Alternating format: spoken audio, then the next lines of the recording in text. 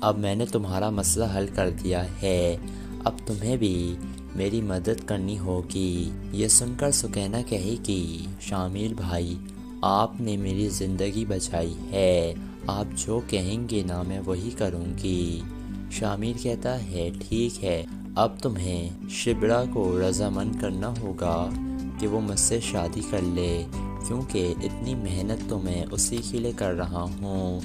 بتاؤ، میں اتنا امیر آدمی تھا اور میں شبرا کی خاطر اب یہاں معمولی سا کلرک بنا ہوا ہوں۔ سکینہ کہے گی شامل بھائی مجھ سے جو بھی ہو سکے گا نا میں کروں گی، اور میرا آپ سے وعدہ ہے میں شبرا کی شادی آپ سے ہی کرواؤں گی۔ یہ سن کر تو شامل بہت زیادہ خوش ہو جاتا ہے، جس کے بعد شامل اب وہاں سے جانے کا فیصلہ کر لیتا ہے۔ تو یہ سن کر تو صفیہ بہت زیادہ ناراض ہو جاتی ہے، کیونکہ اس نے تو شامل کو اپنا بیٹا بنا لیا تھا۔ شامل کہتا ہے آنٹی مجھے اب جانا ہوگا، کیونکہ اب میں یہاں نہیں رہ سکتا ہوں۔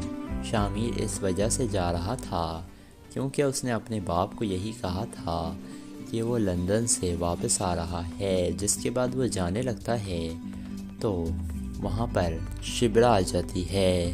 تو شامل شبرا سے کہتا ہے آپ کے والد صاحب آپ سے کوئی بات نہیں چھپاتے ہیں نا، کل والی بات انہوں نے آپ کو بتائی تھی۔ یہ سن کر شبرا اسے کہتی ہے جا رہے ہو نا تم، اب جاؤ یہاں سے۔ جس کے بعد شامل وہاں سے واپس اپنے گھر چلا جاتا ہے۔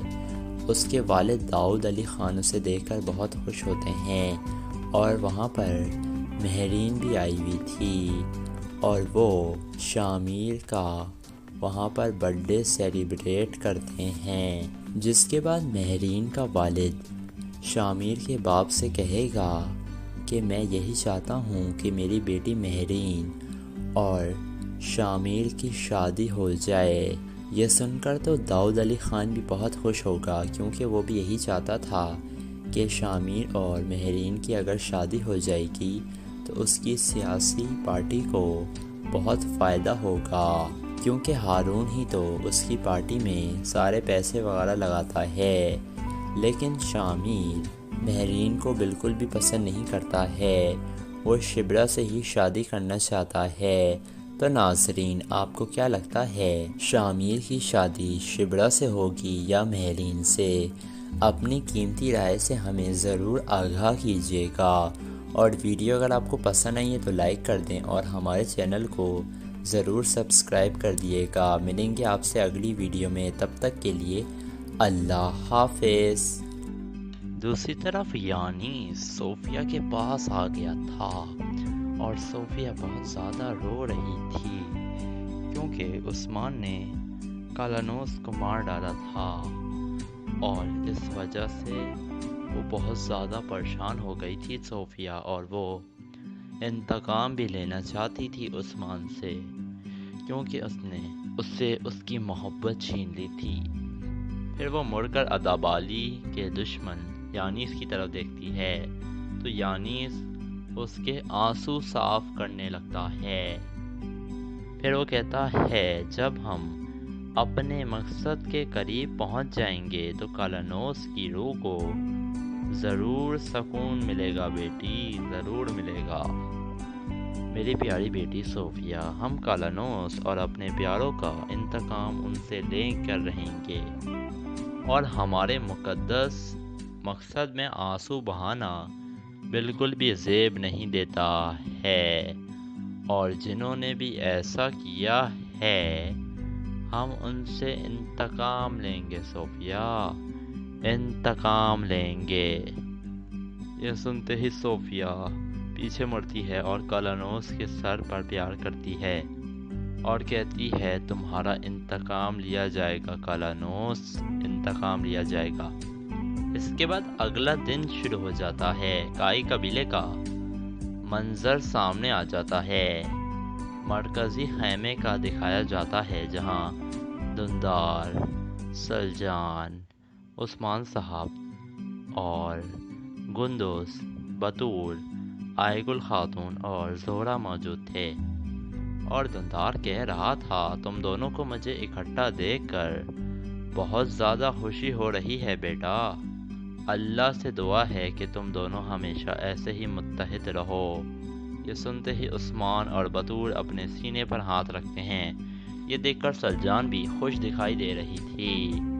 پھر بطور کہتا ہے وہ جو کافر تھے وہ گھات لگا کر میرے لیے بیٹھے ہوئے تھے بابا، اور وہ چاہتے تھے کہ وہ مجھے مار ڈالیں، لیکن اللہ کا شکر ہے کہ میرے بھائی عثمان نے وقت پر پہنچ کر میری جان بچا لی۔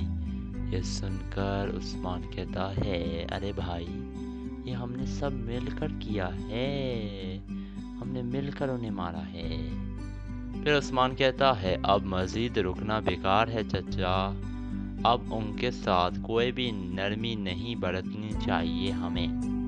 ہر کوئی سامنے آ چکا ہے کھل کر، کولجائزر کے فتنے اور ان کی حرکتیں اور عالیشار کی حرکتیں، وہ سب ہمارے دشمن ہیں۔ اتنے میں زہرا کہتی ہے اس واقعے کا عالیشار صاحب سے کیا لینا دینا ہے عثمان، انہوں نے کیا کیا ہے؟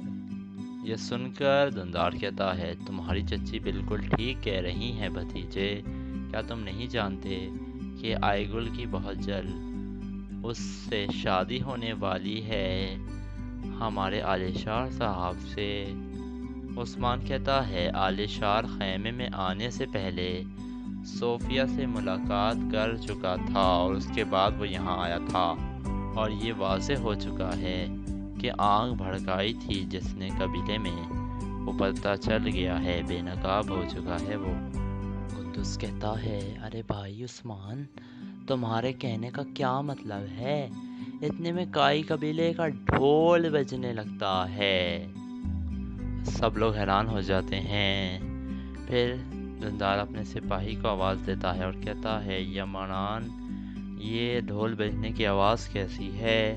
کون یہاں پر آ رہا ہے؟ وہ دوبارہ عالیشار آ گیا تھا اپنے سپاہیوں کے ساتھ، اور پھر عالیشار بڑے بھرم سے مرکزی خیمے کے اندر گھس جاتا ہے، اور وہ دندار کے سپاہی کو بھی پکڑ کر اس کے سامنے پھینک دیتا ہے، اور وہ بہت زیادہ غرور میں دکھائی دے رہا تھا، غرور اور تکبر صاف نظر آ رہا تھا۔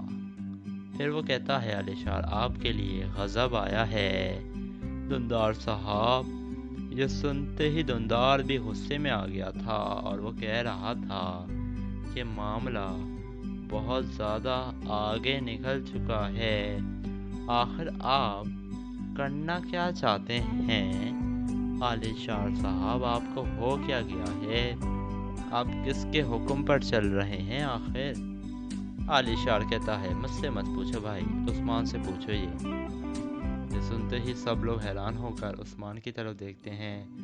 پھر وہ بول پڑتا ہے عالیشار، اور وہ کہتا ہے عثمان، میں کالانوس جو صوفیہ کا کمانڈر تھا اسے قتل کرنے کے جرم میں تمہیں میں گرفتار کر رہا ہوں عثمان، میں گرفتار کر رہا ہوں۔ یہ سن کر سب لوگ حیران ہو جاتے ہیں، اور پھر وہ کہتا ہے عالیشار سپاہیوں آگے بڑھو اور عثمان صاحب کو گرفتار کر لو۔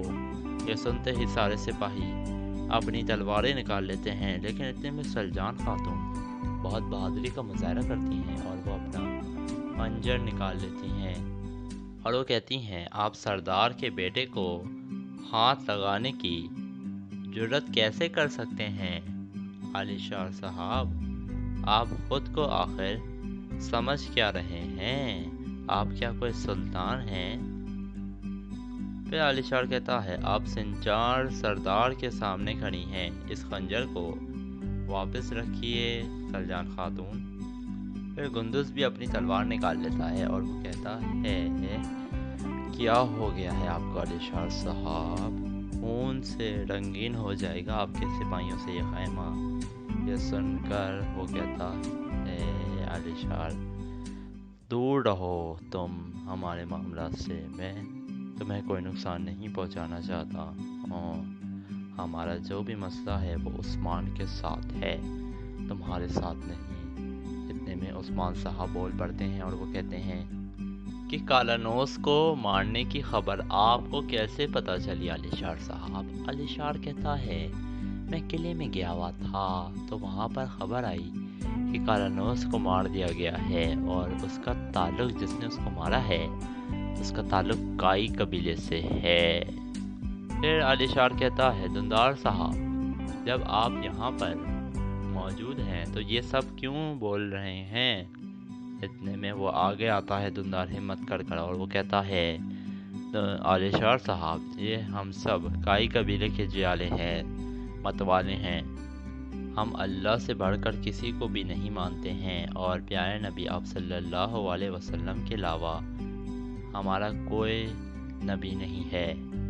علی شار کہتا ہے دندار صاحب عقل استعمال کیجئے، اس کا انجام جو ہوگا یا تو وہ بڑے پیمانے پر قتل عام ہوگا یا پھر یہاں سے جلا وطنی ہو سکتا ہے۔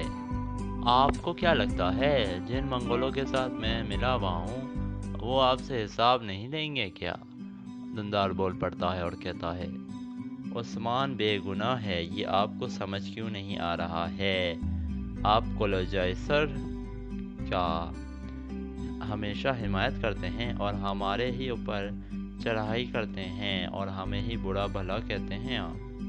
علی شار کہتا ہے نہ ہی مجھے آپ کی کوئی پرواہ ہے نہ ہے ان کی، میں صرف انصاف کی تلاش میں ہوں، سمجھے دندار صاحب؟ عثمان صاحب بول پڑتے ہیں اور وہ کہتے ہیں آپ تو ایک سردار ہیں نا، تو بجائے ادھر ادھر جانے کے قیادت کیوں نہیں کرتے ہیں؟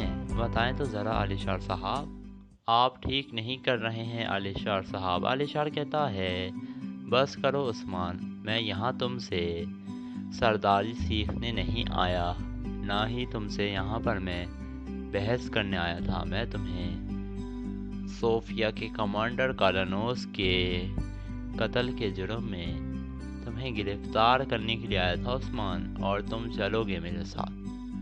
اتنے میں وہ کہتا ہے علی شار میں تم لوگوں کا سر بھی قلم کر سکتا ہوں۔ اتنے میں باہر سمسا سردار آ جاتے ہیں اور وہ کہتا ہے تم لوگ یہاں کیا کر رہے ہو کافرو؟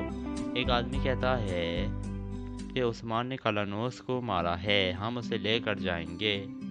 پھر سمسا کہتا ہے کیا تم جانتے نہیں کہ عثمان صاحب کو ہم تم لوگوں کے حوالے نہیں کریں گے؟ کیا اکھاڑ لو گے تم لوگ ہمارا؟ بتاؤ تو ذرا، چلو ہٹو یہاں سے، یہ کہہ کر وہ اسے دھکا دیتا ہے تو اتنے میں سلجوقی سپاہی نیزے تلواریں نکال کر کھڑے ہو جاتے ہیں اس سمسا سردار کے سامنے۔ اتنے میں عبد الرحمن بول پڑتا ہے اور کہتا ہے آخر تم لوگ کیسے ایک سردار کے خیمے پر حملہ کر سکتے ہو اور بنا اجازت اندر داخل ہو سکتے ہو؟ یہ کیسے کر سکتے ہو تم لوگ؟ کیا تم لوگ روایات نہیں جانتے؟ یہ سن کر ایک آدمی کہتا ہے ہم کسی خیمے پر حملہ نہیں کر رہے ہیں عبد الرحمن غازی، ہم اپنا کام نمٹا رہے ہیں۔ اتنے میں سمجھا چاؤش جو تھا وہ غصے سے اس آدمی کو دیکھ رہا تھا۔ دوسری طرف علی شار کہہ رہا تھا عثمان اگر تم بے گناہ ہو تو تم تلواروں کے پیچھے کیوں چھپے ہوئے ہو؟ کیا تمہیں میرے سپاہیوں سے خوف آ رہا ہے؟ یہ سن کر عثمان غصے میں آ جاتا ہے اور پھر اس کی طرف بڑھتا ہے اور کہتا ہے سوائے اللہ کے میں کسی سے بھی خوف زدہ نہیں ہوتا ہوں، یہ بات تم جان لو۔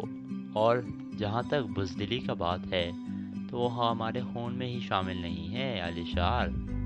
علی شار کہتا ہے تمہیں کیا لگتا ہے عثمان میں ان کافروں کی وجہ سے تمہیں قربان کر دوں گا؟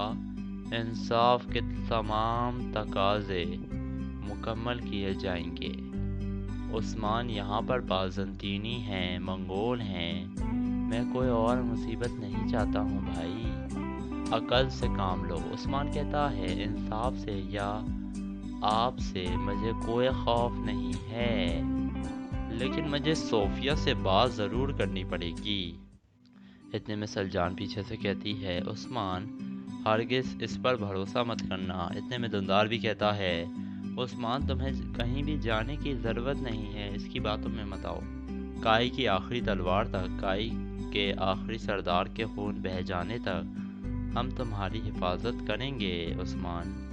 یہ سن کر عثمان خوش ہو گیا تھا۔ پھر وہ کہتا ہے میری تلوار اور میں آپ کے انصاف کے سپرد ہوا عالی شار صاحب۔ پھر عثمان اپنی تلوار اور خنجر نکال کر عالی شار کو دے دیتا ہے۔ عالی شار فوراً وہ لے لیتا ہے۔ پھر عالی شار باہر آ جاتا ہے تو نظام الدین کہتا ہے عالی شار صاحب، کل ہمارے نئے بازار پر حملہ ہوا اور ہمارے بہت سے آدمی بھی مارے گئے ہیں۔ عالی شار کہتا ہے ایسا کس نے کیا نظام الدین؟ اب میں سیدھا بازار جاؤں گا۔ اتنے میں مرکزی خیمے کا دروازہ کھلتا ہے اور عثمان صاحب باہر آ جاتے ہیں۔ سمسا اور عبد الرحمن بھی عثمان کو دیکھ کر آگے آ جاتے ہیں اور بحران بھی ادھر ہی موجود تھا۔ پھر عالی شار نظام الدین سے کہتا ہے اسے اپنے قبیلے لے جاؤ، یہ واپس آنے تک زندان میں میرا انتظار کرے گا۔ پھر باہر آ کر عثمان سمسا اور اپنے سپاہیوں کو اشارہ کرتا ہے۔ اس کے بعد عالی شار کا آدمی عثمان صاحب کو لے کر چل پڑتا ہے اور قبیلے کے لوگ بہت زیادہ غصے میں آ گئے تھے کہ کیسے ہمارے قبیلے کے سردار کے بیٹے ارطغرل صاحب کے بیٹے کو کیسے کوئی پکڑ کر لے کر جا سکتا ہے۔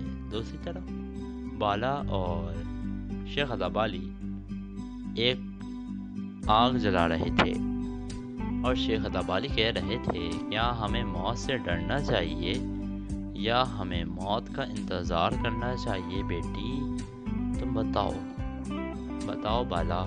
بالا کہتی ہے میں نہیں جانتی ہوں بابا، اس بارے میں آپ بتائیے۔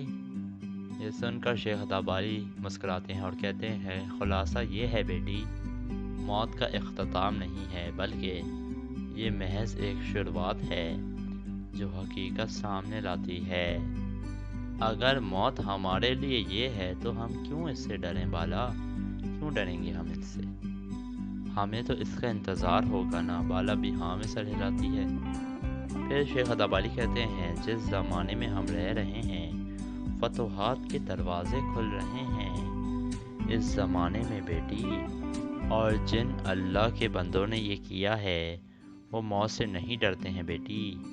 حضرت حمزہ وہ بہادر ہیں جنہوں نے موت کو شکست دی، اور خوش نصیب ہیں وہ بہادر جنہیں اپنی جان و مال کی کوئی فکر نہیں ہے بالا۔ خوش قسمت ہیں وہ بہادر جو اپنے نفس پر اپنے مقصد کو برتری دینا جانتے ہیں بیٹی۔ خوش قسمت ہیں وہ بہادر جن کی نام اور نسلوں کو آنے والا دور اپنی زندگیوں کا حصہ بناتا ہے بالا بیٹی۔ یہ سن کر بالا ان کی باتوں سے کافی متاثر ہو گئی تھی اور پھر شیخ ادابالی کوئلہ جلا رہے تھے۔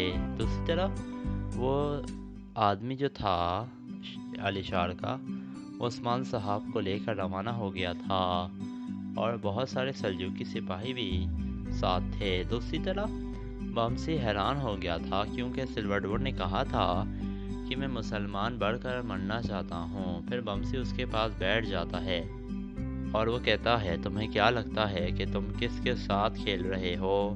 تم کیا سمجھتے ہو کہ تم جھوٹ بول کر مجھ سے جان چھڑوا لو گے؟ یہ سن کر وہ کہتا ہے میں آپ کے غصے کا حقدار ہوں، سلوڈور کہتا ہے، لیکن میں مسلمان ہو کر مرنا چاہتا ہوں، میری یہ خواہش ہے بمسی صاحب۔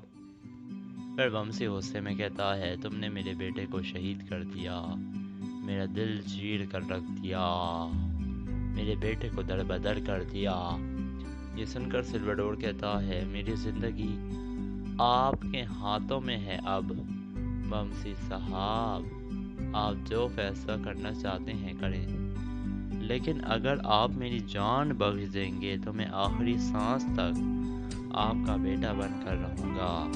یہ سن کر بمسی کافی زیادہ حیران ہو گیا تھا اور پھر بمسی کو وہ خیال آتا ہے جب آئبرس کو عثمان قبیلے لایا تھا اور آئبرس نے آنکھیں کھول کر بمسی کو دیکھا تھا اور پھر وہ کلمہ شہادت پڑھ کر شہید ہو گیا تھا، اور یہ سوچ کر بمسی بھی اداس ہو جاتا ہے۔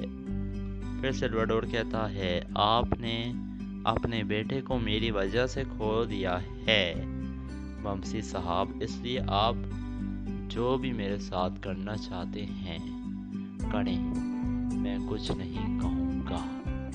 ومسی بہت زیادہ حیران ہو گیا تھا اور پھر وہ کھڑا ہو جاتا ہے۔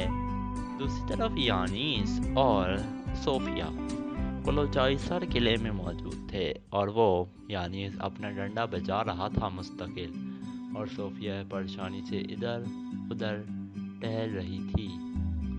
پھر صوفیہ غصے میں کہتی ہے کلوچائسر کے کمانڈر کو قتل کر کر اس نے اس کی لاش کو قلعے کے سامنے پھینک دیا۔ قیمت تو تم ایسی چکاؤ گے اس کی عثمان، یہ ساری دنیا اس کی گواہ رہے گی، دیکھنا تو ذرا۔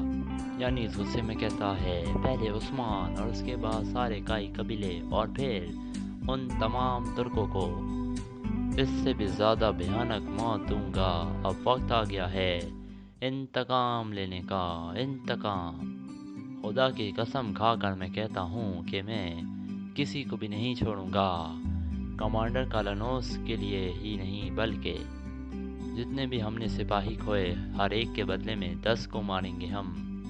صوفیہ کہتی ہے عالیشار صاحب نے عثمان کو قبیلے سے اٹھا لیا ہوگا اور جب تک وہ زندہ ہے ہم قبیلے تک پہنچ بھی نہیں سکتے۔ یہ سن کر یانیس کہتا ہے چاہے عالیشار اس کے قبیلے سے ہی نہ اٹھا لے آئے لیکن وہ ہمیں قابو نہیں کر سکتے، اور عثمان فرار ہونے میں ضرور کامیاب ہو جائے گا، وہ اسے قابو نہیں کر سکتے ہیں۔ یہ سن کر صوفیہ غصے میں آ جاتی ہے۔ دوسری طرف وہ جو کمانڈر تھا عالیشار کا وہ لے کر جا رہا تھا عثمان کو، اور بہت سارے سلجوقی سپاہی بھی موجود تھے۔ ایک جگہ پہنچ کر وہ رک جاتے ہیں تو سامنے سمسا سردار اور عثمان کے سپاہی کھڑے ہوئے تھے۔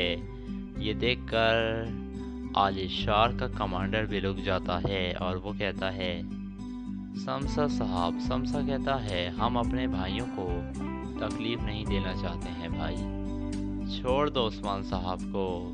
یہ سن کر وہ آدمی کہتا ہے ہم اپنا کام کر رہے ہیں سمسا چاؤش، ہمارے راستے سے ہٹ جائیں۔ یہ سن کر سمسا کہتا ہے ٹھیک ہے، پھر اگر کوئی اپنے اعمال کا حساب لینا چاہتا ہے تو اپنی تلوار نکال لے۔ یہ سنتے ہی عالیشار کے آدمی بھی تلوار نکال لیتے ہیں اور عثمان کے سپاہی بھی تلوار نکال لیتے ہیں۔ پھر سمسا کہتا ہے میں نے ایک بار بول دیا ہے، میں دوبارہ نہیں بولوں گا۔ یہ سنتے ہی وہ عالیشار کا کمانڈر ڈر جاتا ہے اور پھر وہ کہتا ہے تو صحیح ہے، آؤ اور لے جاؤ انہیں۔ یہ سن کر عثمان بہت لطف اندوز ہو رہا تھا یہ سب دیکھ کر، اور وہ مسکرا رہا ہوتا ہے۔ اتنے میں تیروں کی برسات ہو جاتی ہے اور وہ عالیشار کے آدمی زخمی ہونے لگتے ہیں، اور یہ سب عثمان کے سپاہی ہی تیر چلا رہے تھے۔ پھر عثمان صاحب کہتے ہیں سپاہیوں اپنی تلواریں نیچے کر لو، اگر تم لوگ آگے بڑھے تو مارے جاؤ گے، فضول کا ہم اپنے بھائیوں کو نہیں ماریں گے۔ یہ سنتے ہی سلجوقی سپاہی بھی ہار مان لیتے ہیں کیونکہ عثمان کے سپاہی بہت زیادہ تھے اور وہ تیر بہت چلا رہے تھے اور ان کے پاس کچھ تیر وغیرہ کچھ بھی نہیں تھا۔ اتنے میں سمسا صاحب بھی آگے بڑھنے لگتے ہیں اور وہ سلجوقی سپاہی اپنی تلواریں ڈال دیتے ہیں، اپنے ہتھیار ڈال دیتے ہیں۔ پھر عثمان کہتا ہے بحران سے کہ ان سب سے زیادہ سختی سے پیش آنے کی ضرورت نہیں ہے، یہ ہمارے کام آئیں گے۔ بحران کہتا ہے جو آپ کا حکم حضور۔ اس کے بعد عثمان بھی اپنے گھوڑے سے نیچے اتر آتا ہے اور اپنی تلوار اور خنجر نکال لیتا ہے، اور پھر عثمان سمسا کے پاس آتا ہے اور کہتا ہے شکریہ سمسا چاؤس۔ دوسری طرف یانیس اور صوفیہ موجود تھے اور یانیس کی بات بالکل صحیح ثابت ہو گئی تھی اور عثمان بھاگ گیا تھا۔ صوفیہ کہہ رہی تھی دوسری طرف کہ مجھے عثمان کی موت دیکھنے تک صبر نہیں ہو رہا ہے آقا۔ یانیس کہتا ہے میں بھی نہیں صبر کر سکتا، اگر وہ بچ گیا تو ہمیں کوئی نیا منصوبہ بنانا پڑے گا اسے اپنے جال میں پھنسانے کے لیے۔ لیکن میرا جو جاسوس ہے نظام الدین، وہ ایک کمال کی خبر لایا ہے صوفیہ۔ عالیشار جو ہے وہ ادابالی کی بیٹی سے پیار کرتا ہے۔ یہ سنتے ہی کالانوس کی جو دوست تھی صوفیہ بھی ہنس رہی تھی اور وہ یانیس بھی ہنس رہا تھا۔ پھر صوفیہ کہتی ہے یہ صرف ایک خبر نہیں ہے آقا، عالیشار اور عثمان کی دشمنی کی یہ بنیاد ہے۔ یانیس کہتا ہے یہ مت بولو، اگر عثمان نے عالیشار کو خود حوالے کر دیا ہے اس کے تو یقیناً اس کے پاس کوئی منصوبہ ہوگا۔ عثمان ایسے ہی کوئی کام نہیں کرتا ہے صوفیہ، وہ بہت چالاک ہے، ہمیں بہت محتاط ہونا ہوگا۔ پھر وہ آگے آ کر کہتا ہے کیا سلواڈور کی کوئی خبر آئی ہے صوفیہ؟ صوفیہ کہتی ہے نہیں جناب، اس کی تو کوئی خبر ہی نہیں ہے، پتہ نہیں کہاں رہ گیا وہ۔ یہ سن کر یانیس بھی پریشان ہو گیا تھا۔ دوسری طرف بمسی سلواڈور کے ساتھ بیٹھا ہوا تھا اور پھر وہ اپنا خنجر نکال لیتا ہے اور سلواڈور کی گردن پر اپنا خنجر رکھ دیتا ہے، اور اسے وہ خیال آ رہا تھا جب اس کا بیٹا کلمہ شہادت پڑھ کر شہید ہو گیا تھا۔ یہ خیال آتے ہی بمسی کو پتہ نہیں کیا ہو جاتا ہے اور وہ سلواڈور کو نہیں مارتا، اور پھر وہ اسے کلمہ شہادت پڑھانے لگتا ہے اور وہ سلواڈور اس طرح وہ مسلمان ہو جاتا ہے۔ پھر وہ بمسی اسے گنجا کرنے لگتا ہے۔ دوسری طرف سمسا سردار کہتا ہے آپ کیا سوچ رہے ہیں عثمان صاحب؟ عثمان کہتا ہے عالیشار کو منگولوں سے بہت سارا سونا ملنے والا ہے اور اسے اسی کا انتظار ہے۔ ایک سپاہی کہتا ہے تو یہ مال غنیمت حاصل کرنے کا وقت ہے بھائی۔ پھر وہ کہتا ہے سمسا کے عالیشار کے لیے جو سونا آ رہا ہے وہ اس پر حرام ہے۔ عثمان کہتا ہے اس سونے کا حقدار وہی ہوگا جو اللہ کے لیے لڑ رہا ہے اور نظام عالم کے لیے لڑ رہا ہے، انصاف کے لیے لڑ رہا ہے، اور جو اپنے لوگوں کے لیے لڑ رہا ہے۔ پھر وہ کہتا ہے عثمان سمسا صاحب جا کر عبدالرحمن کو کہیں کہ وہ سونا ضبط کر لیں، لیکن کانوں کان کسی کو خبر نہ ہو۔ پھر عثمان ایک سپاہی سے پوچھتا ہے کہ بمسی صاحب کی کیا خبر ہے؟ سپاہی کہتا ہے وہ ابھی تک نہیں آئے۔ عثمان کہتا ہے سلواڈور کے مرنے سے پہلے ہمیں وہاں پہنچنا ہوگا۔ اس کے بعد وہ اللہ اکبر کے نعرے لگانے لگتے ہیں۔ اور دوسری طرف یہ ذمہ داریاں یہ آپ کیسے کرتے ہیں؟ گندس کہتا ہے خیر تو ہے بطور، کیا تم سپاہی سالار بننا چاہتے ہو؟ یہ سن کر بطور ہنستا ہے اور کہتا ہے استغفر اللہ بھائی، آپ پر بھاری بوجھ ہے، میں بس اس لیے کہہ رہا تھا۔ پھر گندس کہتا ہے مذاق ایک طرف، لیکن سپاہی سالار بننا بہت مشکل کام ہے، اور خاص طور پر کھائی قبیلے میں، جو قبیلہ بہت بڑا ہے اور یہاں بہادر سپاہی ہیں، لیکن ایک دن یہ ذمہ داری تمہارے جیسے بہادروں کو ہم سونپیں گے۔ یہ سن کر بطور خوش ہو جاتا ہے اور اپنے سینے پر ہاتھ رکھ کر کہتا ہے بہت شکریہ بھائی جان، بہت شکریہ۔ پھر بطور کہتا ہے لیکن بہادر اور نوجوان وہ کام نہیں کر سکتے ہیں جو بڑے لوگ کرتے ہیں اور تجربہ کار۔